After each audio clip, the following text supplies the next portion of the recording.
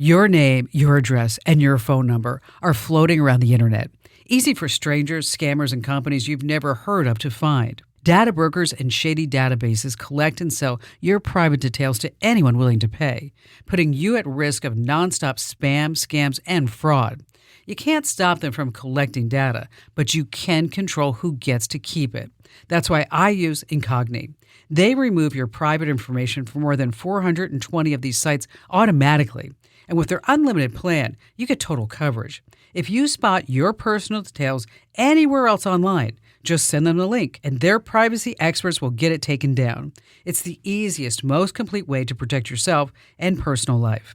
Right now, you can lock in 60% off with my exclusive deal at privacykim.com. Go to privacykim.com right now and start protecting your privacy. This is so important. Privacykim.com. That's privacykim.com.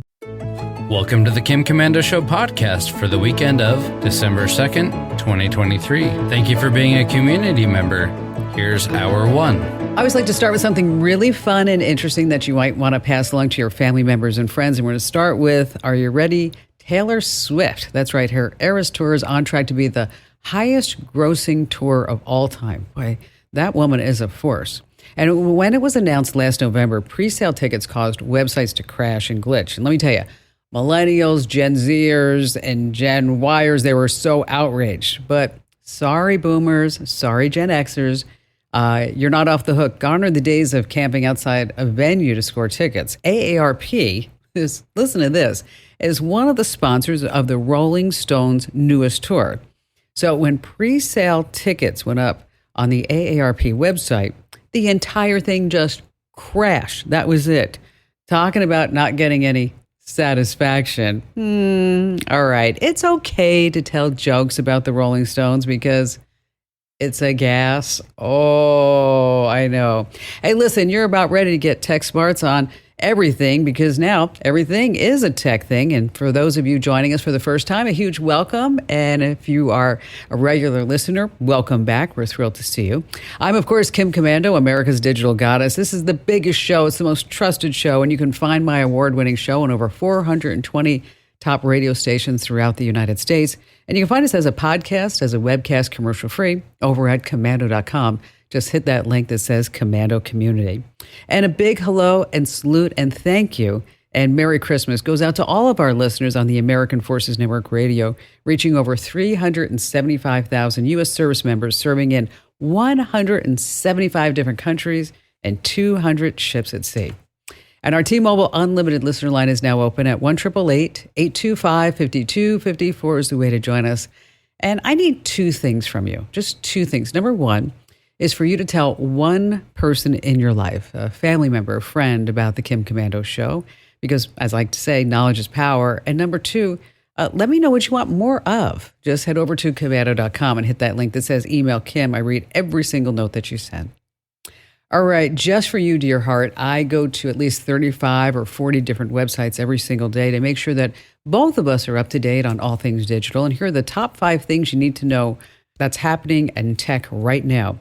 I'm going to start with AI taking over humanity. I know, not a happy thought. 2 years ago, the idea that AI would be able to make its own decisions and do things like develop weapons or lie was thought to be at least 20 years off. Well, former Google CEO Eric Schmidt says that moment is only, this is really frightening, 2 to 4 years away. Yikes. In an interview at Axios AI Plus Summit, he told an audience that there aren't enough guardrails to really control AI. These dangers start when the computer can make its own decision to do its own thing, and that would endanger humans. So if the rumors are true, OpenAI's secret project Q-Star is already on its way to doing that. Its ability to solve basic math problems all by itself, that's the start. But what it begins is mimicking human reasoning. And think of what that could bring. So Eric Schmidt compared AI to the introduction of nuclear weapons at the end of the Second World War. After Nagasaki and Hiroshima, he said it took 18 years to get to a treaty over test bans and things like that. We don't have that kind of time today. So if you wonder what I worry about in my life, this is it. Moving on to number 2, it's an open secret. Parents, your kids need to be at least 13 years old to join social media accounts like Facebook and Instagram, really any social media. It's part of COPA, the Child's Online Privacy Protection Act. It's designed to keep them safe. But millions of the kids are what? On these sites anyway. A lawsuit from 33 U.S. states say, nope, we're not going to allow this anymore. They're saying that Meta, even Mark Zuckerberg himself, actually ignores these accounts. And despite the knowledge that millions of kids are online under the age of 13, and they actually pursue them in order to sell advertising around them and to target them. This lawsuit claims that Meta received over 1.1 million reports of Instagram users being under 13. They only removed a fraction of that. Yeah, Meta is keeping your kids online and using them for a profit. Number 3 is really a shocker to me. Because you know how easy it is to buy things on Amazon. You just find what you're looking for, you point and click, and then in an hour or two or the next day, it's just delivered to your front door. That's the whole idea behind homebourse.com. Instead of just, knickknacks and shampoo and toilet paper and stuff like that, you can add a $5 million house to your shopping cart. You go to the website, browse through the home listings, see one you like, you make an offer, or you hit the button that says buy a house outright. You can request a tour with an agent. You can get an inspection. And then once you've purchased the house, you need to put down a 1% refundable deposit. You have 8 days to say, I'm not really sure if I want this house. Right now, Home Bourse is only in Florida, but they say they're going to be expanding very quickly to places like New York and Los Angeles and other places in Texas. Let me tell you something. The real estate home market is changing big time. Think about this, that you can buy a house online without an agent, without paying 5 or 6% commission. Yeah, that's going to be something. Let's see. Number 4, looking for love in all the wrong places. It's not just about swiping right on Tinder these days to find love. Wall Street Journal reported that daters are actually going onto Yelp, Duolingo, and even Strava. That's a running app. It makes sense because meeting someone with shared interests always has a better end result. And that's the story about Courtney and Peter. Courtney was working at Pinterest in San Francisco, and she met Peter at a relay race. They followed each other on Strava. Then Courtney starts dropping hints on the app, giving Peter kudos for runs. You're so good. They start chatting through the app, then video calling, and then there's dating, and now they're living together in San Francisco. And let me tell you something. This is really fascinating because Gen Zers, they're not using dating apps at all. I was talking to my son Ian about it, and he said all they do is find each other on Instagram or TikTok and DM, and then maybe go on double dates. Isn't that something? And finally, this coming in at number 5. There's an AI pop star by the name of Anna Indiana, and she released her first single on YouTube, and everybody is just raving about Anna Indiana. Okay. Now, before I give you just a snippet of it, I want to paint a picture of what she looks like. A brunette Taylor Swift. Her face kind of morphs a little bit when she sings, and not everybody loves her online. Here, take a listen. Hello, world. My name is Anna Indiana, and I'm so excited to share my music with you. Here's my first song, Betrayed by This Town. As an AI singer-songwriter, everything from the key, tempo, chord progression, melody notes, rhythm, lyrics, and my image and singing is auto-generated using AI. I hope you like it.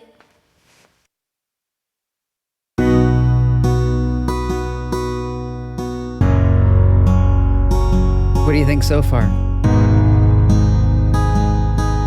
She'll sing in a second. Sitting at my favorite cafe, sipping my tea, it's Saturday, thinking about all he's done. Okay, that's Anna Indiana. Get AI are her initials. Get it? Anna Indiana. I think it's pretty lame. I don't know why anybody would think it was really fabulous, but there are a lot of people online who do. I wonder who's her daddy. Get it? Like, who's her daddy? Indiana? I know. All right, let me ask you a question. Have you ever had the feeling that something or someone is actually watching you? All right, the truth is that these spy devices, they come in all different shapes and sizes, and they're so small nowadays, the tech is there, that you wouldn't even know that they even exist. Well, this gal by the name of Dakota Williams, she knows this all too well. While leasing an apartment in Colorado Springs, Colorado, she noticed something odd in her bedroom. there wasn't just one smoke detector, there were two smoke detectors. And then so she decided to check them out. And joining us here on the Kim Komando Show is Dakota herself. And thanks for being here. So set the scene for us, Dakota. What were you doing when you looked up and you saw the two smoke detectors? I was actually talking to my best friend. I had actually been receiving quite a few messages from the boyfriend of my landlord at that time, who also lived there. And I was receiving those messages, and I called her that night, and I was crying to her because it started to seem a little more than friendly. Okay. And so then I was on the phone with her, and I actually texted her that I felt like I should look for hidden cameras. And that is when I realized that there were actually two smoke detectors in the room, one directly above my bed. Oh, that's creepy. So what do you mean by it was like getting too familiar? Yeah, so he had messaged me on Facebook the first day I moved in, giving me his phone number, which is perfectly normal. Roommates should have each other's phone numbers. But then as I gave him mine back, he immediately moved the conversation directly to Snapchat. And from there, the conversations, nothing out of the ordinary. He didn't say anything too weird, but the frequency of the messages was growing and growing. And it just felt like he was coming up with just random excuses to talk to me a little too much. Okay, so wait a minute. So you said that this was the landlord's son, and then it was your roommate, or what? The landlord's boyfriend, and I lived with both of them. Yep. Oh, okay. Oh, that's horrible. Gosh. Yeah. So what were the differences between the two smoke detectors, or were there or did they look exactly the same? I mean, they looked a bit different, of course. There wasn't anything too alarming about the other one, except that it was directly above my bed, and it was also directly by an air vent. And I read online that they aren't supposed to be by air vents because that messes with how they detect smoke. And so I thought that was a little strange. And then I ended up looking up how to find hidden cameras, and I was able to shine a flashlight into it. And the little black part, which is commonly on smoke detectors, reflected back like a camera lens. Oh, that must have been heart-wrenching, especially it's right above your bed. Yuck. Oh, definitely. So what did you do next? Did you call the cops? Yeah, so I ended up going to the bathroom in hopes that he couldn't hear me from there, which in fact there ended up being a second smoke detector in there as well. Oh, gosh. Yeah, but I ended up calling my friend that was local so that I could just get out of the house because they were both home when I discovered this. And from there, I was going to call the cops once I got to her house. So then I went out of the bathroom, and he was standing right on the stairs waiting. Oh, and then what happened? Yeah, so I made sure I stayed on the phone with someone because I was not going to risk being alone with him. So I was on the phone, I was stuttering, I wasn't being super sly, but I was just saying something about how I needed to go to the store and get medicine, just trying to get out because I just had the feeling he knew that I knew. And from there, he ended up standing in my bedroom doorway because their dog followed me into my bedroom, and he asked if he could come in and get the dog. And so I let him, I grabbed the car keys, and I got out as fast as I could. Oh, I bet. Bet you were so relieved when you could get out of that place. Dang. Definitely, yeah. And then what did the police say? Yeah, so I called them that night, but by that time it was around midnight. And so the last thing I wanted to do was go back to the house. So we decided to have them come the next morning when my stepdad was going to come and help me move out. And so from there, I called my parents, let them know what happened. We agreed that we would just have my stepdad come down the next morning, help me move out, and get the cops there from there because I had the pictures of the smoke detector. And then were you able to identify where the videos were being stored? So the smoke detector itself has a USB, a little USB port. Mm-hmm. And so they were being stored on a little USB drive, I believe, as they were being recorded. Unfortunately, that was never able to be recovered, so I was never able to have that piece. Wow. I mean, that would be something, definitely want to get a hold on those because you never know where they might end up, right? Yeah, of course. And then what happened with the police? And did you press charges or anything like that? Yeah, so the next day we moved out and the smoke detectors were all changed back to normal smoke detectors. And my stepdad helped me move out, but him and his girlfriend agreed to let the cops look through their phones. And they went and stayed in a hotel for the night, claiming they were scared of my stepdad and I. And so that's where the cops met them to look through their cell phone. And everything looked good. The cops almost gave up looking, except in his search history, they ended up seeing the exact hidden camera smoke detector that was in my picture. So then he got busted. Yeah. There it was. He did. Yep. And he had to admit it. He did end up getting charged with criminal invasion of privacy. He had to register as a sex offender. And I do believe he is in the military. He's a major in the Space Force. So there are some military repercussions that'll happen as well. So you learned quite a few valuable lessons, right, Dakota? Yes, definitely. What do you think the number one is? Obviously, look for hidden cameras wherever you're renting.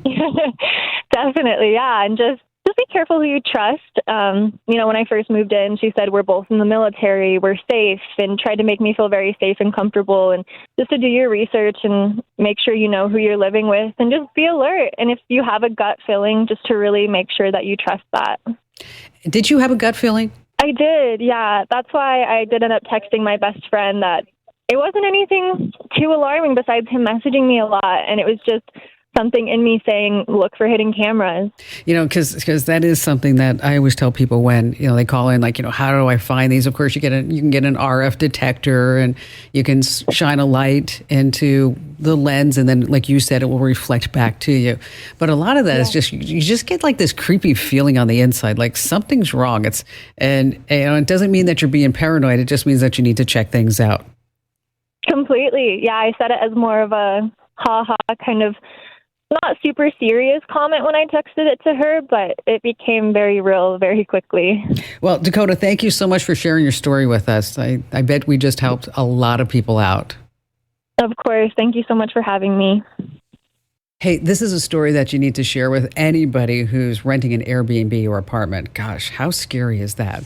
And before we go back to all of your phone calls, Apple's latest iPhone update, iOS 17, rolled out a new feature called Name Drop.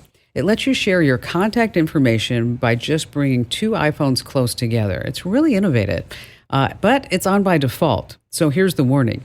Police departments nationwide are sounding the alarm about Name Drop's safety implications, especially for kiddos, because it's super easy to share a name, photo, phone number, email address with someone nearby. While you do have to approve the transfer of the contact info, it's still risky. Imagine how some creep could be able to use this feature. So what you need to do is grab your iPhone, dive right into the settings, hit General, and then AirDrop. Then you're going to spot something called Bringing Devices Together and toggle off Name Drop. And if you need all those steps, we have them for you over at Commando.com. Let's see, Mitch in Boca Raton, Florida. Hi there, Mitch. Well, we're in a predicament. My brother broke his back about a year and a half ago. I'm sorry. Walked into surgery. Well, I appreciate it. It's been a long road. He walked into surgery, and during the surgery, the surgeon nicked his nerve, and he's been paralyzed ever since. Oh, gosh. All right. It's been a long road. But anyhow, we've got him. He lives alone. I set up the cameras, the door locks, and everything else, and now he's starting to lose his voice, right? And we're concerned when his aides are not there that he can actually call 911 or any emergency help that he might need, and we can't find a voice amplifier for it. And I was hoping that you could find us something. Well, you can certainly try a voice amplifier. I'm happy to send you links out. There's Windbridge and Jambra are a couple of companies that make these that are designed to amplify voices, and they do pair with an iPhone. There's also an app that will convert text to speech. Can he text? Yes, he could text. Yes, okay. Absolutely. Is there a reason why you wouldn't give him a Lifeline actual pendant so he could hit a button? Well, he normally has aides during the day, and sister stays with him at night. But there's times that he's actually alone. And yes, he does have that, but it might not be a true emergency. We want, of course, he wants to be able to talk to other people as well. We looked at some of the apps for the amplification, and what we found was it was more for like karaoke and different entertainment apps and so forth. And We tried some of those and they just didn't work. Well, the one that I'm thinking about, the Windbridge, I'm sure you've seen like where tour guides will put a voice amplifier around their neck. Looks like a lanyard. Right. They're about $50. And they work with the smartphone. The name of the company that makes that, it's called Windbridge. Right. And the model number is a WB001. Okay. And it's anywhere between, like I said, like $30 to $50. I would try that. Another thing, just as a peace of mind that you might want to consider is if you were to get him, say, a 5-inch Amazon Echo Show. And what the Echo Show does is it's a video screen. And so when he's alone, if he's having trouble that is not a 911 situation, or you're wondering like, oh gosh, I wonder if I'm just saying his name's John. I wonder if John's okay, is that what it allows you to do is John can say, I want to drop in on Mitch. Okay, then your Amazon Echo screen or the Amazon app on your phone will show John in a video right there. He doesn't have to touch a button, nothing. Right. Okay, and then if you want to drop in on him, you say, I want to drop in on John. And then suddenly John's screen, and you're like, hey, John, how are you? And he's like, hi, Mitch, I'm great. Okay. So it allows, so there's no like, I have to answer a FaceTime call. Right. And the other thing that it does is that you can get alerts for, say, if normally John gets into his favorite chair or wherever he is in his house by 10 a.m., and it's 10:15 and the Amazon has not seen John yet, it's going to send out an alert. Where's John? Haven't seen him. That's very interesting. Okay. So take a look at this Windbridge as, like I said, it's like that voice amplifier that you see, like sometimes teachers, professors, and tour guides, they wear them. And then also, if you want more information about the Amazon Echo as a caregiver tool, and that's what I'm saying, it's a caregiver tool. Right. Because when I was my mom's caregiver when she was diagnosed with pancreatic cancer, I found that this was really helpful for me because I could just drop in on her. And then I also enabled everybody in the family to just drop in on her. So if she was having a bad day, I'd let everybody know, hey, you know what? Time to drop in on Granny or Mom today. We make those calls. Okay. So you know what it is. And, and sometimes, as the caregiver, you're like, I just need a break. I mean, Right.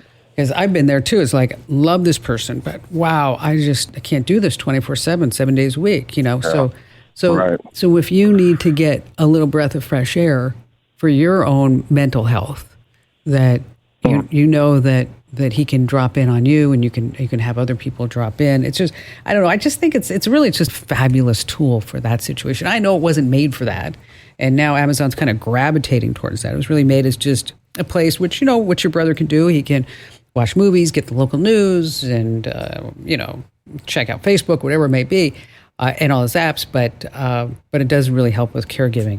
And again, I've got a lot of information about it on my website. And Mitch, if you need any help afterwards, just give me a shout back. I'm always here for you. All right, one more thing. Dang, I can't believe I just thought of this until now. iOS 17 has something called personal voice, and this is super exciting, Mitch, for your brother. It's designed for people who are at risk of speech loss. So what you can do is create a personalized voice by following the text prompts. It will capture 15 minutes of your audio. And then what you can do after that is when you text somebody, or if you want to say something, you can tap into that personal voice. As you said, your brother has lost 90% of his vocal range. So to create a personal voice, just go into settings, tap accessibility, and then personal voice, and just follow the prompts. Again, that's in settings, tap accessibility, and then personal voice. All right, so which apps, shopping apps, are collecting most data about you? I want you to think about this right now and just say it out loud. Okay, coming in at number 1 and 2, eBay and Amazon, they have ranked the worst in terms of how many user data points they're collecting. The third is the Buy Now, Pay Later app called Afterpay. It collects 22 unique data points. eBay and Amazon, 28 and 25. So what are these data points? Well, it's everything. Okay, it's your name, your address, what you purchased, your credit card details. And then there's also, let's see, Home Depot has 20 points, Nike 18, Wayfair 18, OfferUp 18, H&M is 18. We have a list of all these apps over at Commando.com so you can see how yours is faring on the list. But the bottom line here is that if you're not using an app, just make sure that you delete it. And if you're going to be giving an email address out to a shopping app, try to use a disposable one. Okay, let's see who's up next. Tom in Columbia, South Carolina. Finally, I've been listening to you. I'm not going to tell you how many years, show my age, but Kim, there's a website called TEMU, unbelievable prices. There's no way they could make a profit. I did order something from them. It came in, but now I'm afraid they've got my information. I'm sure it's Chinese-based, and I'm worried. Should I be worried? Well, it's called Temu. That's what it's called. What did you buy? I bought a little socket thing and caulking for a bathtub, caulking strip. Okay. Is it okay? Is it good quality or? Yeah, I was really surprised at the price. I mean, they lost when they shipped it to me. I mean, it wasn't but a $7 order. And see, here's the thing. What's happening is that Temu, a lot of people are shopping on Temu because the prices are incredibly low. The quality is average. You're not going to get great stuff. And it does come directly from China, so it takes a while for you to get it. So we're not talking about overnight shipping or same-day delivery from Amazon. But what Temu does is it's making money other ways, and it's making money with your data.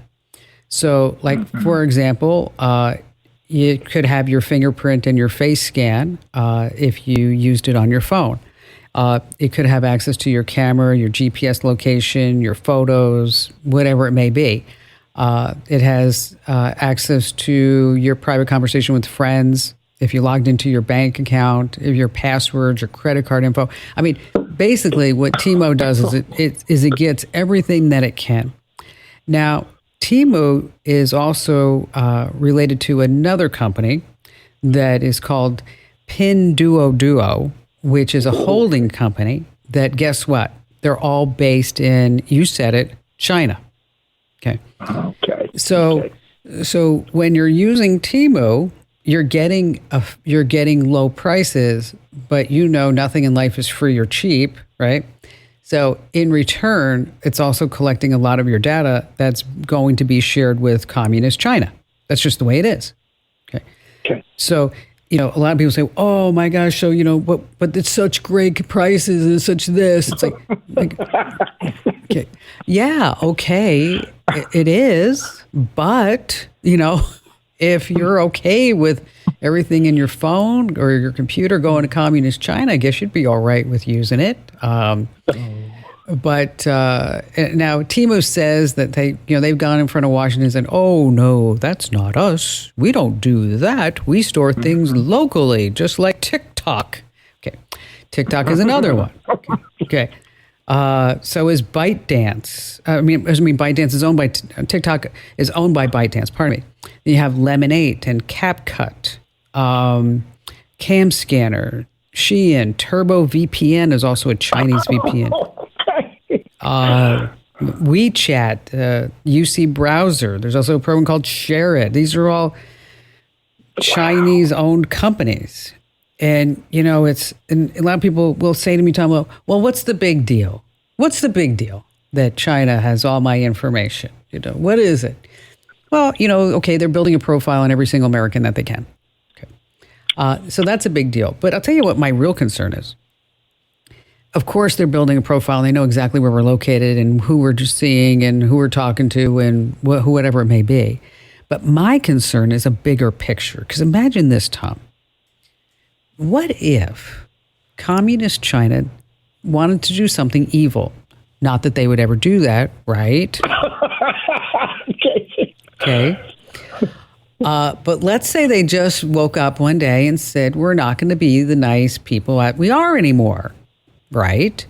So if they have TikTok on 150 million American phones, which they have, and I don't know how many Temu accounts are on these phones as well, but just imagine for just a moment the chaos that would be ensnarled across our entire country, the riots, people scrambling, the murders, accidents, if they were to just use this power that they have on 150 million American phones to put out a message that says, North Korea is sending a nuke bomb right now to the United States.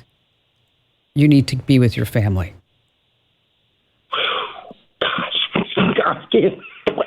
Okay? And it's not illegal? Okay, so I don't care that they have your biometrics. I don't use it. Okay. I'm really concerned about the power that they have to take over the power grid, to do denial of service attacks, to do anything that they want, because now they have complete and full access to these phones. Now, whether or not they're going to do it, I hope not. I don't hear anybody in Washington talking about it, other than they keep saying that we need to get China out of our midst. We need to make sure that TikTok doesn't have all the controls that they have, and people in the military shouldn't be using Temu, and people in the military shouldn't be using TikTok. That's already calmed down. And, but I'm hoping my military servicemen and women, they're smarter than a lot of people that and I know that are walking around the streets, half-brained and half-drugged up or whatever's wrong with them, right? So I probably went on a tangent, and I'm sorry for that. But you sound like I should be contacting my representatives in Washington. I think you should be. I think that's what I've been working on, that behind the scenes myself with our representatives, because I don't know if they fully comprehend the power that we have given our adversaries by allowing these apps to become just a normal day-to-day operation. And also not for nothing, but the productivity hit that we're taking with people spending 4 hours a day on TikTok. Please, there is more to life. There is, than just watching videos. Tom, thank you for your call today. If you want to know more about Temu, in case you want to share it with your representative, I've got a lot of information posted over at commando.com. Just search for Temu. That's Temu. And then you'll see some articles that I've written for USA Today, and I've also written them for our website as well. And again, Tom, thank you for your call. Again, if you want to learn more about this, just search the website for Temu. That's Temu, Temu at commando.com. All right, Amazon says that it keeps recordings of your voice commands to, this is what they say, improve the accuracy of your interactions with Alexa. That sounds really nice. But if this bothers you, because let's face it, who knows who has access to all your recordings, you can make it stop. First, you need to use the Alexa app on your iOS or Android device. It's a little hard to find. I wonder why. But you want the menu option called Manage Your Alexa Data. This is where you stop all the recordings. Tap Choose How Long to Save Recordings, and then pick Don't Save Recordings. Now, this will also wipe out any of the recordings on Amazon servers. Now, if you need the exact steps to erase and stop Amazon recording you, just head over to commando.com and search for, Amazon Alexa. All right, thanks for being here. And don't forget, 24/7, you can find me at commando.com.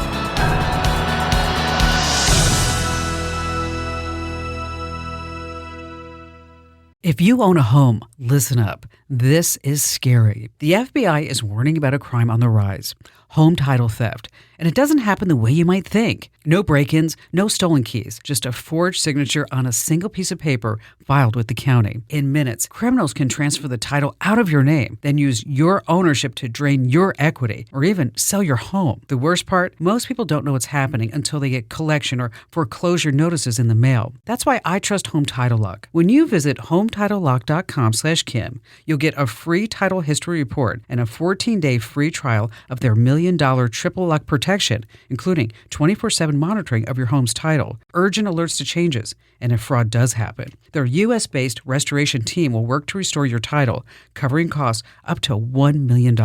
Don't wait. Protect your home and equity today. Get your free 14-day trial at HometitleLock.com/Kim. That's HometitleLock.com/Kim.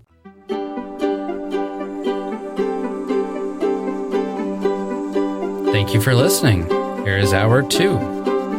Hey, you know what's going to be happening in 2024, right? I know, the elections, but aside from the elections, there's a total solar eclipse happening in April 2024. It's going to pass through Mexico, the U.S., and Canada. And let me tell you, people are super excited about this. Airbnb's latest report shows a spike in bookings for the eclipse's path. A lot of interest in places like Caryville, Texas, Louisville, Kentucky, Indianapolis, Indiana. Not your run-of-the-mill tourist hotspots. Now, these bookings are for April 4th to the 7th, but the main event is April 8th. But check this out. RV shares also seeing a big trend. They reported, this is amazing, a 324% jump in RV bookings for the April 8th eclipse weekend. That beats out every other weekend, including Memorial Day weekend.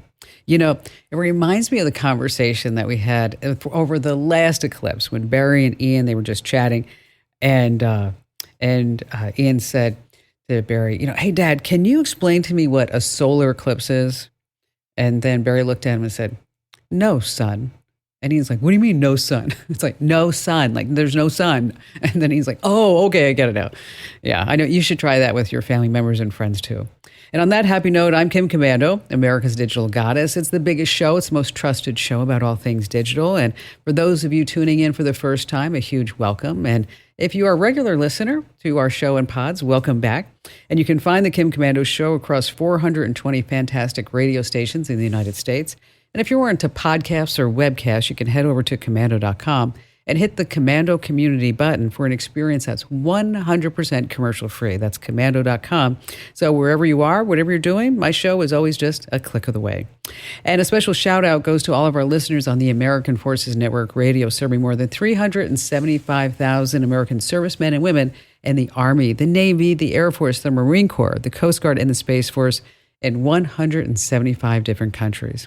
And I know that you have at least one or two questions about something I can lend a hand to. I mean, you can Google a lot of things, but you can't Google trusted advice. And that's why I'm here with our T-Mobile Unlimited listener line at 1-888-825-5254 is the way to join us. And here at the top of the show, I just want to remind you that I always need two things from you. Number one is I want you to tell one person about the show on the podcast. Just tell them to search for my name, Komando. And number two, I want to hear from you too. I want some feedback. Tell me what you want to know more about. And that's heading over to Komando.com and hit that link that says email Kim. All righty. It's my labor of love. It is. Every single day I go to at least 35, 40 different websites to bring you the top 5 things you need to know that's happening right now in tech. And we're going to start with another warning about your kids and the dangers of social media. I know you get tired of hearing about all these warnings, and I wish there was no need for me to remind parents and grandparents who are watching kids. But at the end of the day, it doesn't seem like anybody's listening. The newest research confirms a direct link between kids who frequently use social media and making risky, dangerous decisions. As millions of young folks, they go on Instagram, Facebook, TikTok, all the other platforms, they say peer pressure is amplified. There's no doubt that underage drinking, drug use, smoking, antisocial behavior, gambling, unsafe sex, early sex, it's a direct result of frequent social media consumption. So what you need to do as a parent in charge, as a grandparent, is to make sure that you be that parent, okay? And just don't let them go willy-nilly on social media for all hours. And if something wrong happens, I just want you to remember that I did warn you. I did warn you about this. Number two, it turns out we just don't want EVs. Nearly 4,000 dealerships across the country are begging President Biden, please tap the brakes on EV regulations. By the year 2032, 2/3 of all cars sold have to be battery powered. Now, in reality, we don't want them. Dealerships are seeing a ton of electric cars just pile up on the lots. No demand. People don't want change. They don't like change. And you can see it the first hand in the way that used cars aren't depreciating. If you want a used Tacoma at a reasonable price, it's not happening. Most Tacomas, even the old ones, have only depreciated by about 20%. A Porsche 911 only loses 10% of its value in 5 years. Buy an EV and bam, let me tell you, the price drops right out the door like a bomb. Moving on to number 3, the Golden Bachelor. Oh, Jerry Turner, just tugging at your heartstrings. His story about his late wife, Toni, his high school sweetheart, how he has struggled with dating after she passed away. We are all rooting for Jerry in his quest for love. Well, as it turns out, there's a dark side to Jerry. Jerry said he was a restaurant owner, but guess what? The Hollywood Reporter did a bit of light LinkedIn snooping and found out that Jerry hasn't owned a restaurant since 1985. His LinkedIn profile shows that he's been in the meat business recently and even has done some work installing hot tubs. He's also worked as a maintenance man at a mental health center. And it was there just 1 month after his wife's death that he started dating a staff accountant who's 14 years younger than him. So here's the deal. He should have cleaned up his LinkedIn profile, and now it just goes to prove reality TV isn't always real. Number 4, some good news on the tax front. What's that? This year was supposed to be the year that when you had to pay taxes if you received more than $600 through Venmo, PayPal, or eBay. It's a pretty low threshold, right? But the IRS has decided to cut us all just a little slack. They're going to delay that law for a year. A lot of pushback from tax pros and taxpayers. Without this delay, around 44 million 1099-K forms would have been just flooding mailboxes. And many of us might even have owed taxes on those payments. So here's the deal. They're going to revisit this next year. So don't worry about it this year. Speaking of, have you ever wondered why the IRS calls it Form 1040? Why does the IRS call it Form 1040? Because for every $50 that you earn, you get $10 and they get $40. Ba-dum-bum. Finally, this coming at number 5, Santa's looking at the kids' wish list. And what does he see? Not a lot of Legos, and believe it or not a lot of Barbies. A study from the Entertainment Software Association shows that the majority of boys and girls want video games this holiday season. 72% of U.S. kids are all about gaming. Top of the list, gaming subscriptions, gaming consoles, fancy gaming accessories, in-gaming cash. Just 22% are into physical toys. So before you buy any gaming gear, just make sure it's actually the game that they play. There are tons. And if you ever buy them a board game, you'll be sorry. Get it? Oh, yeah, that was a good one. Okay, it seems like here on the shows we talk a lot about Airbnb nightmares, but how about an Airbnb story that's really kind of cool? Maybe an Airbnb that you might want to stay in. So for this, we have to go north to Alaska. That's where flight instructor John Kotwicki teaches at his flight school called Fly 8 MA. And why would you want to go to Alaska to take flight lessons? Well, okay, you get to live inside a Douglas DC-6. This is a giant cargo plane. Wow. Joining us to tell us more about it is John. So, John, where did you come up with this idea? So our initial idea was we wanted to create the ultimate flight school. And so with that, obviously there's flight schools out there that offer accelerated training, destination flight training, places where you can even go stay on site. They have on-site housing, but we wanted something better. So we said, well, what's better than all that that's already out there? Like, let's have a flight school in Alaska, the most amazing, beautiful, and challenging place to fly. And let's not have it at an airport. Let's build our own airport with our own private runways just for our students. And what would be really nice is if we had cabins for them to stay in alongside that runway. And that'd be a really nice experience. What would be even better than that would be if we took an old airliner and converted that into one of those cabins. That's funny. So that was kind of, and it just kind of kept morphing from there. So ultimately, what we ended up with is 2 runways on the property, several cabins, hangar, and now the Douglas DC-6. That is a 2-bedroom, 1 bath. Okay, so you actually built the runways too? Wow, that's something. Yes. How many feet are the runways? So we have one that's 1,200 feet and another one that's 2,000 feet. And full disclosure, I did expect that would take just like a weekend with a bulldozer. And it took months with lots of different pieces of equipment. Turns out building runways is even if they're just gravel, a little bit more complicated than initially anticipated. Now, when you build a runway, do you have to get FAA clearance or NTSB, or what do you have to do for that? So to put in a runway, luckily in Alaska, we're pretty light on regulations. So we don't have any sort of county or state regulations that would prohibit us from doing that. As far as the FAA is concerned, you register the runway with them. And so it does appear on the chart, it's documented. There's not anything from the NTSB or anything like that. The FAA does get to say, what kind of class your airport is, and ours exists as a private airport, so it's not open to the public, so it doesn't have to meet a whole litany of, like we don't have to have the barbed wire fence around the airport, like you do at, JFK or something. But for just a regular private airport, there's not a whole lot in the way of requirements. It is a little bit, it's pretty hands off. As long as you're making something relatively safe, nobody really has too much to say about it up here in Alaska, which is nice. And then what are you using for trainers? So for training aircraft, we have several Cessnas and several Piper aircraft. Cessna 170, 140, 206. So our 2-seaters, 4-seaters, 6-seaters. And then we also have Piper Super Cubs. And those Super Cubs are pretty old, but they are like the workhorse of Alaska.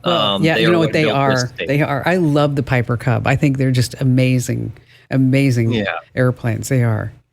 Mm-hmm. No, incredible what you can do with them. Pretty simple machines and great training platforms. As amazing as it is what you can do with them, taking off and landing in 50 feet, it's still a great training platform to start out with a beginner student or with a beginner pilot. Okay, so if somebody wants to come, how long does it take for them to say solo? So typically, just to get to solo can be done in about a week or so. We see usually about 10 to 15 hours is our typical time for someone to actually attain their first solo. It does vary. Some people do it in less, some people do it more. For somebody going for their full private pilot license, their full private pilot certificate, typically about 2 months and 60 hours is what what our program is based on. We do specialize a little bit more in the off-airport, a little bit more adventure flying. So the little bit higher skilled stuff as far as tailwheel flying, landing on glaciers, landing on gravel bars, on beaches. We have obviously our private runway, but and I think by a lot of people's standards, they would look at that runway and be like, that's not a runway. That's just a big long strip of gravel that you land on, because it's not paved or anything. There's no markings on it. But we take it a step further, where in Alaska, we have this amazing freedom to land nearly anywhere you want. It's vastly federal and state land. And so we do really have access to the entire state by small bush plane, being able to land on any beach, on almost any of the national parks. Many of the national parks, well, it's illegal to land a small airplane in a national park in the lower 48, and it's a criminal offense there. It's the only way to access the national parks here. There are no roads to get there. So being able to fly into these amazingly beautiful places and land there and then go camp or deliver freight or train students in that area is it's never dull. I bet it's not, especially, in Alaska. Okay. I know I just asked a lot about the flight school because I just find that insanely interesting from one entrepreneur to the other. I love when somebody can come up with an idea where I'm sure everybody's like, John, you are crazy. Why would you even think of doing something like this? And then you're able to pull it off, which I just love that about your to be crazier, sister. We did buy 2 more airliners and we're building a control tower. Are you really? Every airport needs a control tower, and true. no, we're not actually going to have air traffic control in the tower, but it is where we're located in Alaska is just surrounded by mountains. You have Denali, a 20,000 foot tall mountain to the north. You have 4,000 foot tall mountains to the west. You have 10,000 foot tall mountains to the east. And they're impressive because you go to Colorado and you say, oh yeah, this mountain's 10,000 or 14,000 feet, but it starts, at 8,000 feet. But here, our mountains start from sea level and go to 20,000 feet. So they're impressive. And to get up above the trees and be able to see that, we built a 60-foot tall control tower, and that will be all glass walls all around it. And that will be another one of our cabins. So when students come, and obviously we have the 2-bedroom, 1-bath DC-6, we'll have a 3-bedroom, 2-bath DC-9, and then the 727. But if all those are booked, then we still have the control tower and some of those other cabins available. So, John, tell me, what is a typical Airbnb flight school Alaska trip package? What does this all look like? A lot of our packages are pretty custom to the individual. We really want to know what that person's aviation experience is like. It could be they've never been on an airplane before, or they fly a lot for work, but they are not a pilot or have any small aircraft experience, but they just want to see Alaska. It could be somebody who is fairly experienced in aviation, but not bush flying or tailwheel flying. They're used to just flying from paved runway to paved runway. So we really want to learn about the individual. Are they coming here by themselves to get training? Are they coming here with their family and they just want to see Alaska and experience it? We do offer charter flights in our 6-seat aircraft. So somebody could come who is interested in flying or is already a pilot and wants to take the controls and put one of our instructors in the front seat with them. They take the controls of the aircraft and put their family in the back, and we can safely take them around to see incredibly amazing sights. A common problem we noticed here in Alaska was there's not a lot of good documentation. Say if you can want to come up here and book your own trip and do all the planning yourself, it's tough.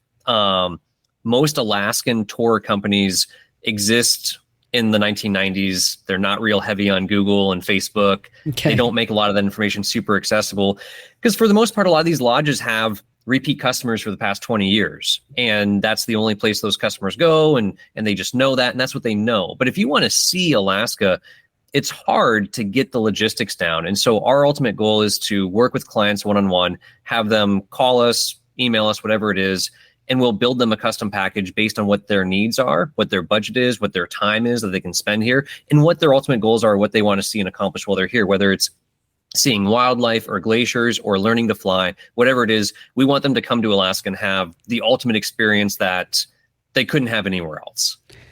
You know, you're pretty driven, obviously. A little bit. What'd you do before this? Before this, I was at the airlines for a little bit. And so I spent 2 years flying small jets for American Airlines. And that was a great career path. Obviously, airline pilots don't have calluses on their hands. They make a good living. It's a very secure, stable job. And that was really boring for me. So although it was fun flying jets around the country, getting to see the world, that just wasn't really going to cut it. Before that, I owned a flight school in Florida, and I wanted to get back to small airplanes. The freedom of getting in your car when you were 16, you got behind the wheel and all of a sudden you were able to just drive anywhere. Or if you ever got on a motorcycle and you could that ultimate freedom to ride around the country, go take a road trip, that same feeling you get here in a small airplane where all of a sudden you can land anywhere. You can travel anywhere in the state. It is something. I have quite a few friends who are private pilots and commercial pilots. My family's big in aviation, and that's why I'm asking so many questions. Sure, absolutely. My husband is a flight instructor, certified flight instructor. And we used to own a Pilatus, a PC-12, which is, I called it it's an SUV of the airwaves. I mean, it is. It's my dream airplane. And it would even something like that. What's so amazing is you can fly it paved runway to paved runway down south. You can go very fast, 300 plus miles an hour, but you could still land here at our lodge on 2,000 feet of gravel. And so it's an ultimate airplane. Perhaps a little bit out of my price range at the moment, but ultimately that is the type of aircraft that we'd like to help people graduate from the smaller airplanes into something that can fly their whole family and fly them fast and open up the country for them. They're time machines is what they are. When you're able to walk in up to a PC-12 and throw 5, 6, 8 people into it, just keep and going. There's no lines, there's no wait, right. And from the time you pulled into the airport, you're airborne 8-9 minutes later. You're in the air moving 300 miles an hour to your destination. Have you seen Harrison Ford's documentary about flying?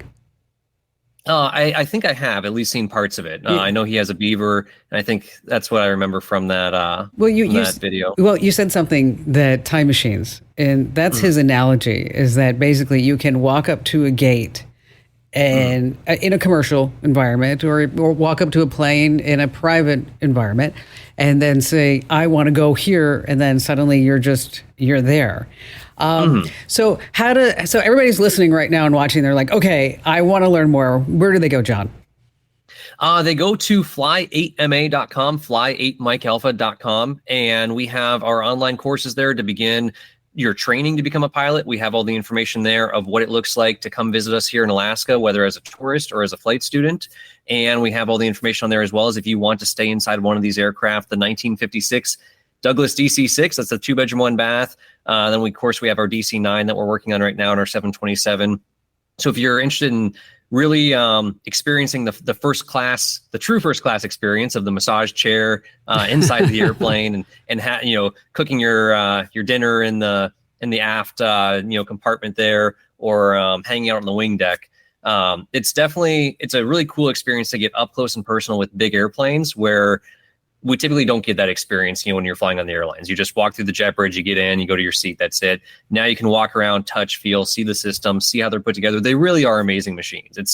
It's incredible, especially that these machines were built in the 40s, 50s, which 60s crazy. Slide rules. Yeah, which is before you and I were born. Which is just crazy. Without computers. It's hard for me to imagine how they managed that. Well, John, very inspiring for everybody. If you're listening, you're like, wow, I want to do a business. Okay, here's a guy who just did it. John, keep in touch and keep us posted what's new over at the, going to say the Flying Ranch, so to speak. Yes, we call it the Pilot Lodge here. But thank you so much, Kim. And hope to see you up here in Alaska sometime. You betcha. Thank you, John. So fun. I can't wait to tell Barry about this. Fly8ma.com is the website. That's fly8ma.com. All right. So what do you think is the top weather app? What do you think it is? Well, there's this organization called Forecast Advisor, and they did all the tests. But one thing before we go into that, if you start searching online about weather apps, you're going to see something called Global Weather Corporation, or GWC. And they always say, oh, that's the most accurate. Well, it was when we could access that data, but they bundled off all their services and they're selling it out to car and data companies, so only they can access it right now. So what are the top apps? Coming in, the Weather Channel, okay? But the Weather Channel also controls Weather Underground, Storm Radar, Google Weather. They say it's best for the South and Midwest, including snow states like the Dakotas, Wisconsin, Minnesota, Michigan, and Vermont. Next up, the weather and Microsoft Start. I know, I was like, what is up with that? Yeah, they say it's pretty accurate for East Coast states, and for you snowbirds, we're talking about Hawaii. Weather.gov. Okay, it's not pretty, but they say that it's great for all locations. And then coming in at number 4, you ready for it? AccuWeather. And they say that's really best for the Midwest states. And if you want to see this list entirely, head over to commando.com and just search for weather apps. All right, David in Sacramento, California. Well, I've got a lot of time on my hands because I retired, and I was starting to digitize my photos so I can pass them on to my kids, whether they like it or not. And I've noticed that some of the pictures, quite a few of the pictures, have started to fade. Sure. And I'm trying to, it doesn't really seem to matter. Like, I've got 2 photos from the same time, but it's different photo paper. And so I'm trying to bring back some of the vibrancy that is slowly disappearing. And I wanted to know if you had any recommended programs, because I know I could take them somewhere, but that would be a lot of money. So yeah. I have a scanner. Okay, well, and I have a computer. And then you have a phone. And I have a phone. Okay. There's an app for your phone. We're going to start there. And it's called Google Photo Scan. What I love about Google Photo Scan is, aside from it's free, and we all like free. Free is good. Yeah. Is that it really does a tremendous job of being able to take a picture of a picture, and then it will enhance the picture. That's cool. And so what's also very nice about this is that when you want to take a picture of a picture in a photo frame, is that you don't have to take it out of the photo frame, right? And you don't have to take it out of the photo albums. Remember those? Yeah. So because sometimes when you try to take the photo out, kind of all rips apart. Okay. And so this allows you to take the photo of a photo without you necessarily having to scan it. Now, of course, you can take them out and you can scan them. That's not a big deal. And just keep in mind, you don't need to save that at 2400 DPI. Maybe, just 600 DPI is fine, especially if you're going to print it again. Because, it only sees 150 DPI on the screen anyway. So if you're just going to share them digitally, I probably wouldn't go higher than 300, just because there's no real use at this point for doing that. Now, if you have photos that are missing, say, I don't know, part of an arm, or it's just really bad, that's where you can start using AI. And AI will try to restore old photos. It will sharpen some blurry images, like you said, make it more vibrant, enhance the colors, improve the photo quality significantly. There's a program called Remini. That's Remini, Remini. Okay. I've used it myself. It's actually pretty good. There's another one called Advanced AI Photo Restorer. It's really good at restoring faded colors and repairing damage to the photos. Like if it's been creased or if it's been scratched, basically you just upload the photo on any of these sites and then AI does the rest. They always give you a free trial membership or only so many photos, and after that you have to pay. And then there's a third one called MyHeritage.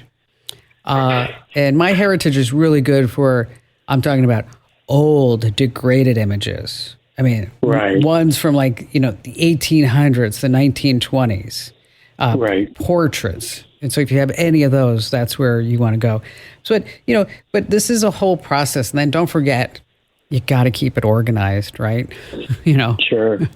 Because that's where a lot of people, they just scan. And when you scan it, it's like image 1, 2, 3, image 1, 2, 3, 5, 1, 2. And you're like, okay, who is who? So, I have found that when tasked with this with my mom is that I actually did it was this generation of the Williams family, so to speak.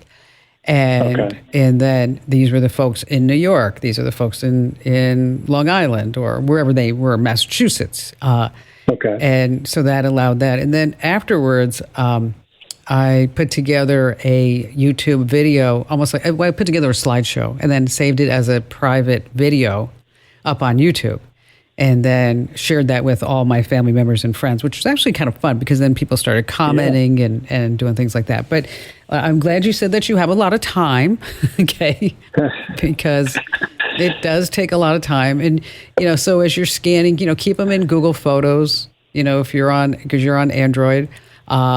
And if you're on iPhone, then you want to keep it in Apple Photos. And so that this way, over time, you can also do some facial recognition. So you can say, these are all the pictures of Aunt May. These are all the pictures of Uncle Max. And then it will go through and then say, oh, Aunt May's here. Is this Aunt May?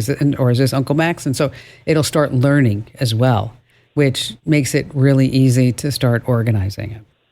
Okay. So now I have an iPhone. So is that, I still use that Google? Well, you could use Google Photos you can still use Google Photo Scan. Absolutely. Okay. And you can also still use Google Photos. You can put it on iPhotos if you want as well. I actually have that set up because I'm on an iPhone as well, that I have it set up with Google Photos that my iPhone photos are actually also available to me on Google Photos. And why do I do that?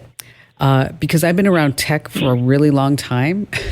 And, it's like, I just don't want to lose anything. I'm kind of really paranoid about that whole thing in my life. So I try to have as many backups as possible. So again, Google Photo Scan and then Remini, look at that Advanced AI Photo Restorer, and then also MyHeritage. And David, thank you for your call. Now, if you just missed all that, I'm going to write this up maybe as a tip inside of our newsletter. So if you're not already getting our newsletter called The Current, you're just going to dig it. Head over to getkim.com. Once again, that's getkim.com to sign up. I'll tell you the nightmare of all this is after you get them all scanned in, organizing them. Oh, and then getting rid of the duplicates. You're like, oh man, talk about facepalm and just wasting hours and hours. But fortunately for you, we have a lot of tips on the website on how to do both tasks. All right, it's tempted to sign up for the fastest internet plan. But what I want you to do is to make sure that you are really using that. So do an internet speed test and then compare that to what you're getting to what you're actually paying for. Call your ISP and ask for any type of promo. These promos don't last forever, and then you can negotiate it when your contract's over. Just make a note for it. And I also want you to play hardball. I know a lot of people don't like to do this, but tell your ISP that you're going to cancel them if they don't lower the price. Let me tell you something, the rule of thumb. It's always easier and more cost-effective to keep a current customer than to go get a new one. And you want to ask to speak to somebody called the retention specialist. Hey, don't forget 24/7, you can always get more tips, tricks, and secrets at the website. That's commando.com.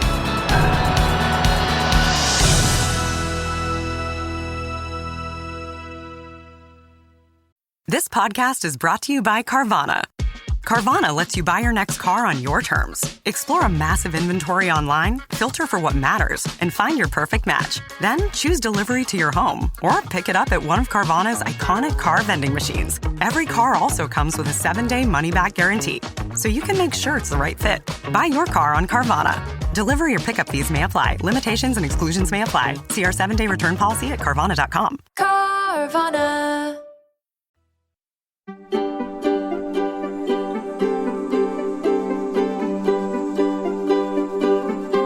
Here is hour 3. Okay, you're not going to believe this story. You know, people are always looking for a quicker way to get home or to go to work or to go to an event. And here's what happened. On their way out of Las Vegas recently, dozens of people used Google Maps to head back to Los Angeles. Well, on the drive, up popped a message. There's a dust storm. Oh my gosh, you got to get off the road, but we're going to give you an alternate route. So then they get off the highway, they start going down the alternate route, and then what happened? The road stopped, just stopped. And so then they had to do these 7-point turns around cacti and bushes, and the California Highway Patrol, they say they were just inundated with messages. So before you ever believe an alternate route, just make sure that you follow it to the end to see exactly where it's going to end up. All right. And speaking of maps, I got an email saying, at Google Earth, we can even read maps backwards. And I thought to myself, read maps backwards? This is just spam. Oh, yeah, you're about ready to get more tech smarts because every single thing is now a tech thing. I'm, of course, Kim Komando, America's digital goddess, here with you once again. It's the biggest show, most trusted show about all things digital. It's your first time tuning in. A huge welcome to you. Glad to have you.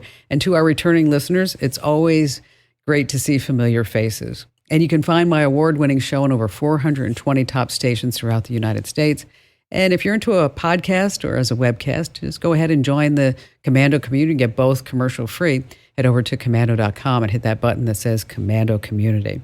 And a special hello goes out to all of our listeners in the Army, the Navy, the Air Force, the Marine Corps, the Coast Guard, and the Space Force in 175 different countries who are joining us on the American Forces Network Radio, serving more than 375,000 American servicemen and women. And our T-Mobile Unlimited listener line is now open at 1-888-825-5254 is a way to join us. All right, you can count on me every single day visiting at least 35 to 40 different websites to give you the top 5 things you need to know that's happening in the tech universe. And we're going to start with number 1, a brand new word for you. Ready? Grandfluencer. It's called a grandfluencer. That's grandparent plus influencer. And these are people that are trading in retirement for social media fame and money. We're talking millions of followers, thousands of comments, and a lot of money. One paid post can land a big grand influencer over $150,000. Oh my gosh. Take 79-year-old Lynn Yamada Davis. She rakes in a cozy 6-figure salary from her Cooking with Lynn Just channels. Over 17 million people have watched her build a 10-foot-long hot dog and make popcorn with a hair straightener. Wow. 5 million people are subbed to Retirement House, a group of 6 70-plus actors who bunker up together. It's basically Jersey Shore, but with grandchildren to look after. And one woman I interviewed, Lindy Moore, she documents her van life on YouTube. She says a viral post of 400,000 could rake you 10 grand.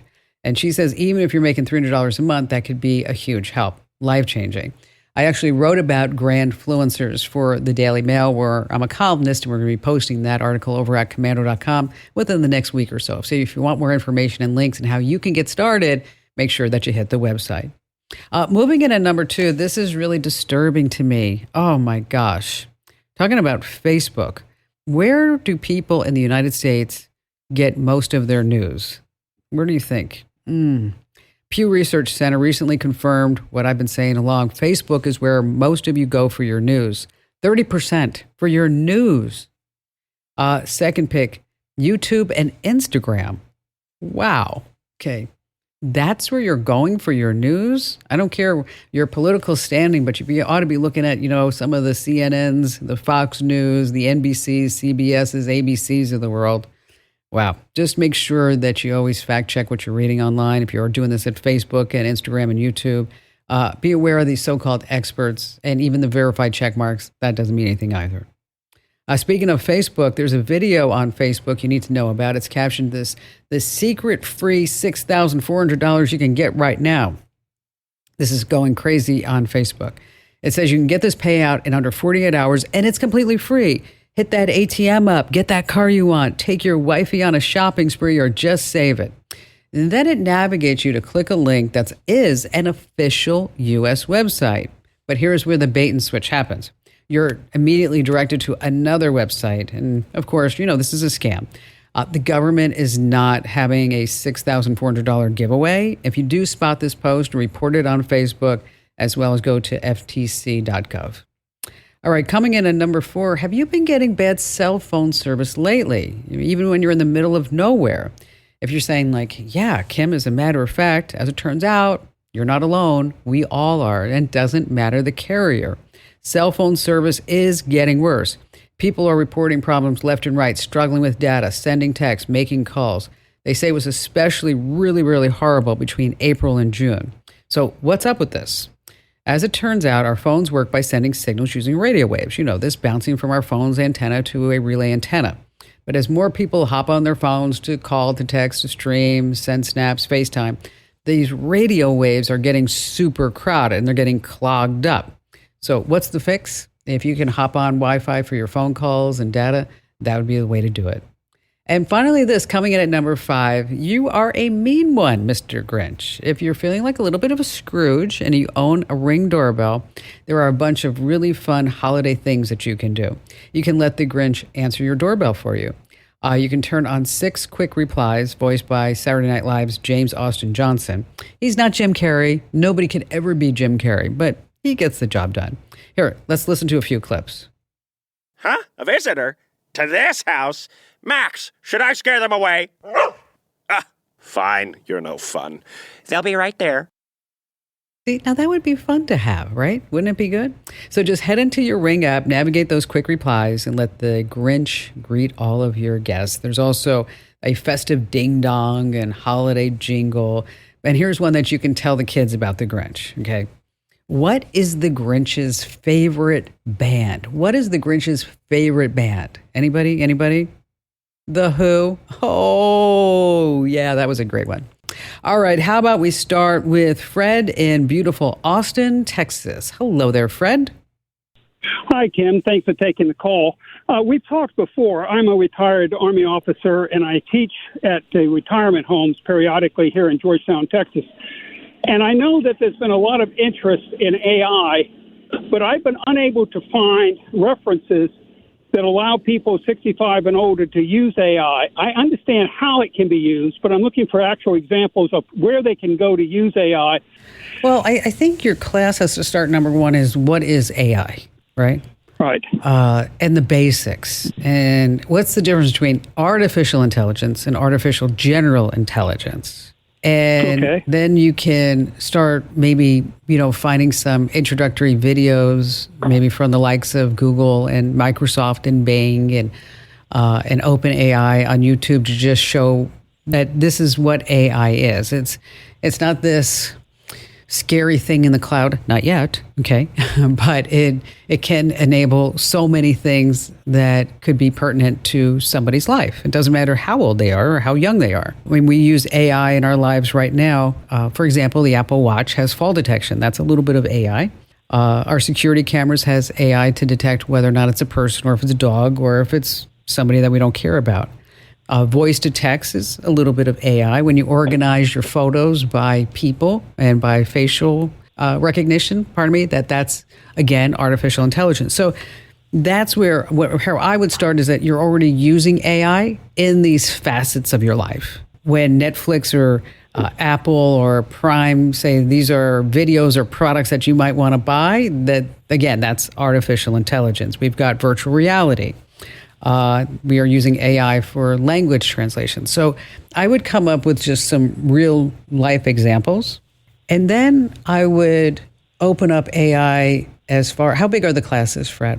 Oh, they're not more than 10 to 15 people at them. They're retirement homes, and the average age sometimes is as high as 80, 65 to 80. All right. So at that point, what I would recommend is that you, maybe before the class, ask each person to submit to you a question that they would have about AI and a question that they would like to ask AI. And then you can have those questions in real time. So to make sure that what they want to know about AI, that you'll cover that in the curriculum. And then what questions would they like to ask AI? You might have to explain to them what they can ask. Like, for example, using real life stories. There was a woman whose little boy was chronically having pain. Okay. And then she takes him to the pediatrician. The pediatrician says, "Oh my gosh, this looks like something that's wrong with his spine. So you need to go to the spine doctor." So she goes to the spine doctor, and you know what this time is like in between visits, right? So she goes to the spine doctor. Spine doctor says, "You know what? I don't think it's spine. I think he has an ear infection." Okay. So 2 months later, she goes to the ear, nose, throat guy, and he says, "You know what? I don't think it's the ear, nose, and throat. I think it's a muscular problem." Okay, so then she goes to that specialist. And then the muscular person says finally that, "I think it's neurology." So she's bouncing from person to person over 6 months. Meanwhile, her kid is getting more debilitating day by day. So she plugs everything into ChatGPT and says, "Here's what his test results are. What can you tell me? What's the diagnosis?" Diagnosis comes back that he does have something happening in his brain. And she takes that report to another neurologist. He has surgery, and now he's doing 100% better. Yeah, great example. Okay. So, and how can somebody else use AI? We're having Thanksgiving dinner, and we are having the Friendsgiving, and we have 15 people coming over, and we want to serve something different. This is how I've used it. And I don't want the standard stuffing. I want something that's unique. And I want to make it with of course, stuffing, with bread, but maybe I want to add a little bit of flavor to it. Anyway, I gave it everything that I wanted, and then it came back, and it was a cornbread chicken sausage stuffing that was amazing. And plus, because it's because it was a recipe, I didn't have to go to a recipe site and then read all that garbage. You know what I'm talking about? And then go to the bottom and then go ahead and get the recipe that I needed. So so how you use AI depends upon what it is being used for. But the big thing is for you to talk to it, and that's what's called prompting. You need to give it proper prompting. And in these prompts, that's where you get better results back. So if you are asking, what would be the best cruise for me to take my grandchildren on? Just don't say, what's the best cruise for me and my grandchildren? You want to say, what's the best cruise so that I can show my 9-year-old and 12-year-old grandchild Italy and France that is cost effective, that has educational seminars that will allow us to get off the boat on each port and is no longer than 5 nights on the boat. So you see where I'm going. So you're going to keep... Yeah, exactly. Okay. So the more information you can feed it, the better off you are. In addition to that, remember that AI is being programmed by people, and sometimes geeks of the week, they do weird things. You know this. Okay. And so if you say please and thank you, you get better results. Okay, those are great. And I will certainly do that then. Yeah. And so just, so think about it as, what is it that how can this help somebody? It can help them with their medication if they're worried about if one drug conflicts with another drug, if they're having trouble with a diagnosis, they're looking for alternative new ideas, games to play with their grandchildren or with their husband or wife. What's a good vacation destination? And the other thing too is that you have to make sure that you tell it that I need true answers. Okay. And that's really important. What I have found in using ChatGPT is I need to say, you know what? Don't make me look like an idiot. I need smart answers. I need good answers here. And, if you want, Fred, if you want to just write this up as a Google Doc and share it with me, I'm happy to go through it and see if there's anything I can add along the way. We're actually been tossing around the idea here at the Kim Komando Show Radio Ranch for us to do an AI class itself. and which I think would be pretty popular with a lot of people, because I think we could walk a lot of people through, how to really use it. What is it? And we're looking at maybe doing that possibly in the first quarter of next year. So, Fred, if I can still help you, just let me know. I'm always here for you. And again, thanks for being a repeat caller. See, came back twice. That's how good it is here on the Kim Komando Show. Hey, this is just a great tip that I want to pass along. Is let's say you forgot your Wi-Fi password. You're like, oh, I don't know what it is. Okay, you can get it because you know what? It's saved on your device. On your Mac, search for keychain access, open it up, and then you have passwords. Find the Wi-Fi network name and then show password. That's it. Now, if you're using Windows, not as straightforward. Go into Network and Sharing Center, go to Connections, and then nosy around until you see wireless properties. If you need those steps, we have them free for the taking over at komando.com. And joining us right now on the big show is our amazing content queen, Allie Seligman. Hi there, Allie. Hi, Kim. Anytime you look at the Google top 10 search list, it's always like, how to make money. It's always how to make money. And so I gave you a big assignment. You did.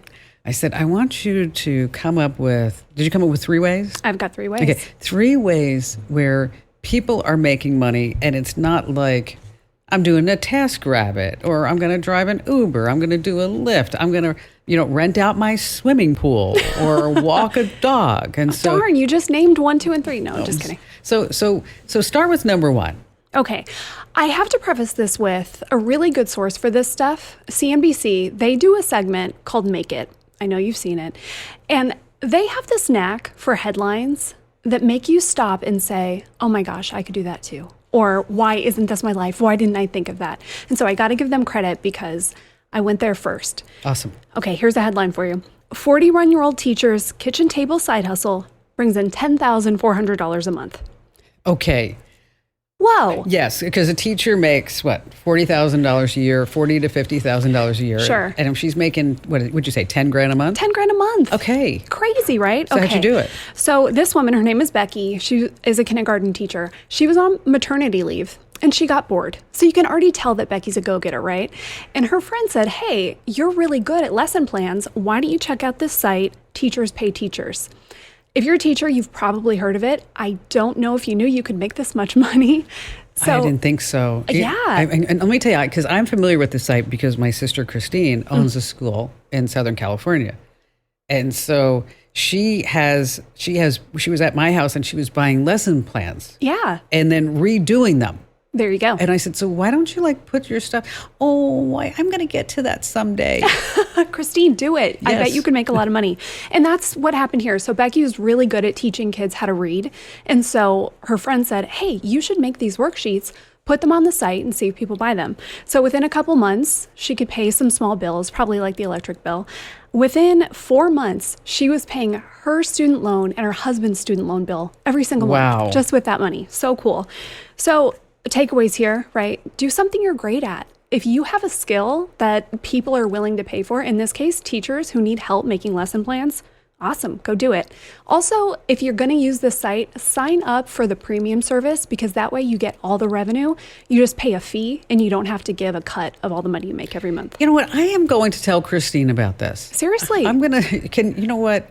Send me the link and I'm going to send it to her and say, come on, girlfriend. What are you doing? I will. And one more little caveat. If you're a teacher and you want to try this, don't do it with the lesson plans that maybe your school gave you use for school. If you did them on school hours, you don't ever want them to come back and say, hey, that should be ours. You know what? That's a really good point. A friend of mine, it was an art teacher. Notice was, past tense. Oh, no. And because the charter school wanted her to create at least 10 lesson plans a month. Okay. But when she created them, she did not own the lesson plans. The school owned the lesson plans, and then the school is selling the lesson plans on the site. No way. And I'm like, that doesn't seem right to me. No, she should be selling those on her own for sure. Because she also said, lesson plans, you don't have time to do it during the day. Normally, as a teacher, you're doing those at night or on the weekends. Yeah. And that's why people pay for it, right? $20 if it's going to save you your entire weekend, great, worth it. Absolutely, 100%. All right, what do you have for number 2?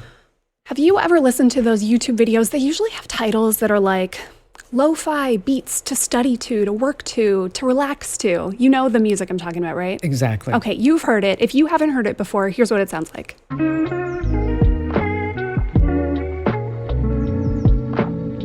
Yeah, it's a little elevator music. It is. It's like cool kid elevator music, Yes. right? Yes. So lo-fi is essentially, you don't have to put a lot of polish on it. It's supposed to sound a little gritty, a little grainy. There's no lyrics, which that's probably a lot of the time if you're writing music, right? And so this guy, he plays a guitar. He got together with a friend and said, okay, let's try a little experiment. People love this kind of music. Why don't we spend, on each song, we're only going to spend 2 minutes. They set a timer. We're going to spend 2 minutes on the name of the track, what instruments we want to use, and the production. Then we'll make the song and we'll see what happens. So they started putting this stuff up on Spotify, SoundCloud, all these places. They go under the name Bonsai Beats. And it's all that same kind of music, right? And just over the past year, this year alone, he's earned $33,000. That's awesome. On streaming from these. Isn't that cool? I love that. Yeah. So over the past year, altogether with all the music they've made, 85 tracks. They said it took about 3 hours to complete, and they are up to $60,000. This stuff is huge. Probably the biggest name some people will know is Lo-Fi Girl. Not a girl. This is actually, it's a French music label. They do music on YouTube all the time. It's hard to find exact numbers, but I saw somewhere they're making like $7 million. Oh, gosh. Yeah. And do you play any instrument? I played the violin for many, many years, but I have not in a long time. Okay. I don't, so I was hoping like maybe we could have like a gig going. I mean, I don't play any music. Okay, I'm going to learn the synth. You learn. What do you want to learn? I could learn the piano because I have a piano. Perfect. I mean, okay. even though I don't play, Okay. that was something. We can be the new lo-fi girls. Well, I did have lo-fi on in the car. Yeah. Because sometimes, it's just like, I just need to like decompress. And I don't want to listen to anything that I might sing to. And I had on. And so I was picking up Barry, and Barry jumped in the passenger seat. And we get like, honest to God, Al, we get like 10, 15 seconds. Oh, no. And he says, what the heck is this crap that you're listening to? And I'm like, hey, this is like chill music. I'm like, come on. Obviously, it doesn't have the chill effect on everybody. Not on everybody. It's funny you said elevator music because somebody who works here recently came into my office and said, what is this? It's like elevator music, but nice. I like it. Oh, but nice elevator music. Yeah. All right, so finally, coming in at number 3. This one is awesome. This is really a story about how if you are the hardest worker in the bunch, you can make a ton of money. This is a 21-year-old kid. So he started out in his parents' apartment selling stickers on Snapchat because he wanted to raise money for new parts for his car. So he found these cool stickers. He was selling them for $3 a piece, to his friends, people at school, whatever. And then he kept adding products. Like, what can I do that's different? He started with LED rear view mirrors. He does cup holders. He does, different car accessories, license plate holders, all that kind of stuff. Same business that he started about 3 years ago. He's making $500,000 a year doing this. I read about this kid. So cool, right? Yeah, he started because his mother wanted to give him like an old minivan or something like that. And he's like, I am not doing this. But he started in Honolulu. Yes, he did. And the thing about Hawaii is, stickers on cars are really big. Are they? Yes, in Hawaii. And so, you have the shaka, you have the flag, you have a flower, whatever it may be. And then he was primarily just selling it to like his clan, right? Yeah. And then somebody said, you know what, you should put this on Snap or something like that, or TikTok, wherever it was. Maybe it was TikTok. And then it just blew up. Yeah. And that's the thing, like one thing goes viral. He said, I started out, I was making a video every day. And even though nothing was happening, I just kept going. He ended up making like 30 to 60 videos every single month. And he said, eventually, they started to go viral. And so then he would get a day of $30,000 in sales, which is nuts. This is a 21-year-old kid. And he's still going to college. He is. Yep. He's in college. Which I think is which is really great. So you can pass along all these wonderful ideas. And as you might expect, and this, like I'm in charge of a lot of things. Okay? Yes. And not just here, but in my personal life and volunteer and all this other stuff. And so, people always come up to me and say, I can do online training. I can do this for kids. Or I can do and I try to always help them. But, if you don't have the internal fortitude. Oh, my gosh. Yep. You don't have the drive. You don't have the passion. It's like you're just never going to do it. And then you also, some people, they get into like, I have one person who I'm trying to help right now. And I told them, I said, you are into analysis paralysis. Okay. You just need to get your butt and get out there, right? Yeah, just do the work. That's what this kid Jason said, which I think, for a 21-year-old, how smart is this to realize that, hey, if I just outwork the other people who are doing similar things, if I can get the orders out faster, if I can process more, if I can have better options, I'm going to outsell them and I'm going to get bigger. And that's what happened for him. And so all these are over at CNBC Make It? They are, yes. And thanks again, CNBC. These are awesome stories, and I'm sure we'll talk about more in the future because these are so fun. Allie, great. You know what? You picked some really good ones all thanks, across Kim. the board. So if you're sitting there driving for Uber and Lyft, you have options. You have options. You do.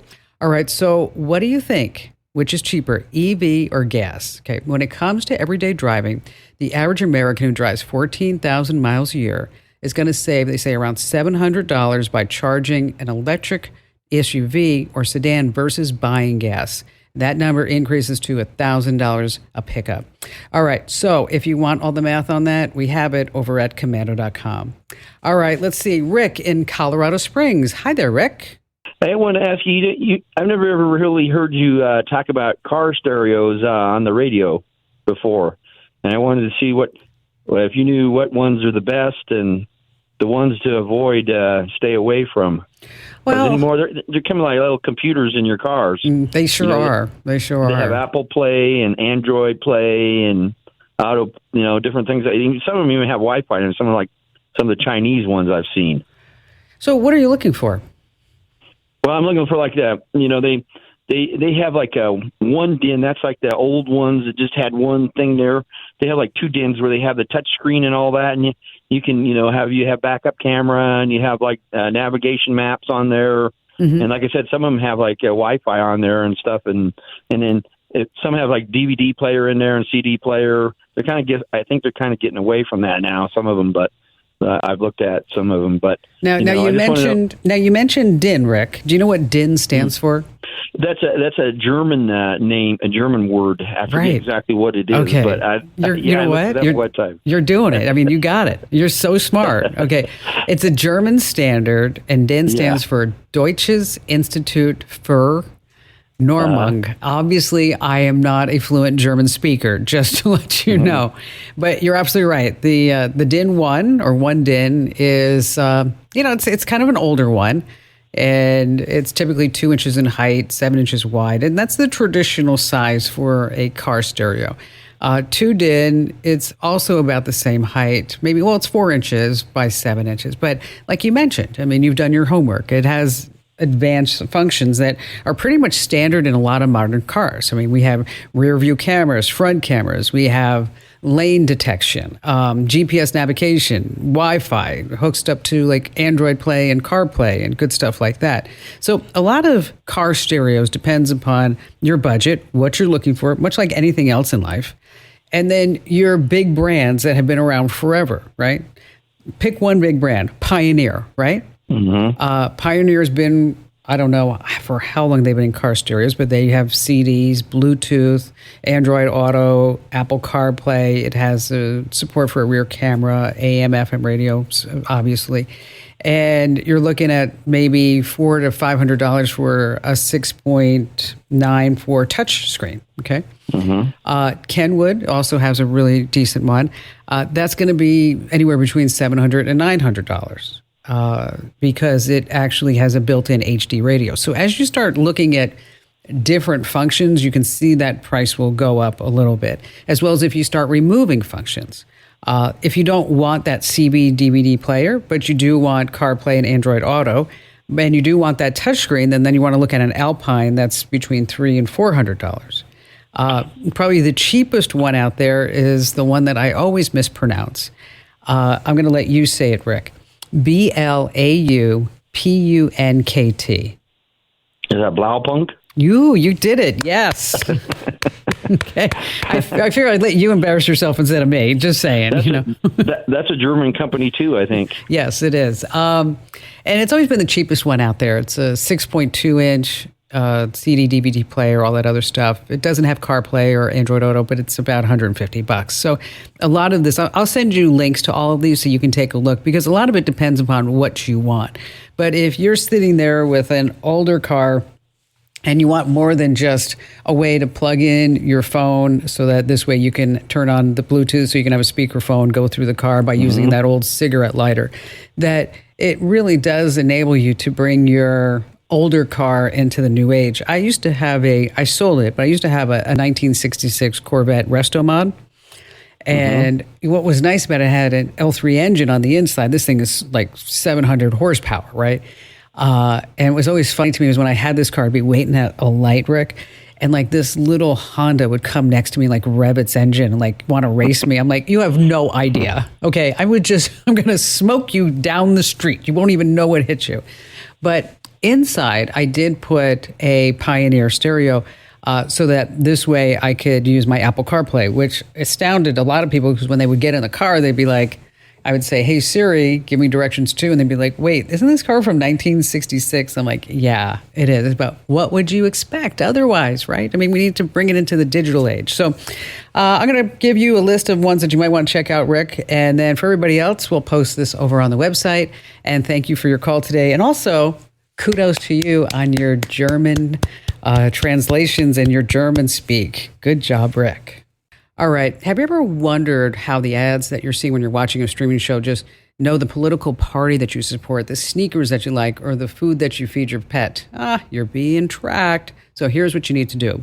Nosy around your device's privacy settings. The option that lets the streaming company track you, they have different names for it, but sometimes it's called app usage data or limit ad tracking or simply tracking data. Sometimes they even have trickier names. Listen to this, interactive advertising. You're like, ooh, I would really like interactive advertising. It's not just streaming services. Vizio TVs, you know what? They make more money selling viewer data than they do selling their TVs. If you need these steps, head over to commando.com and just search for Stop the Streaming Service from Tracking Me. And don't forget, you can find me at commando.com.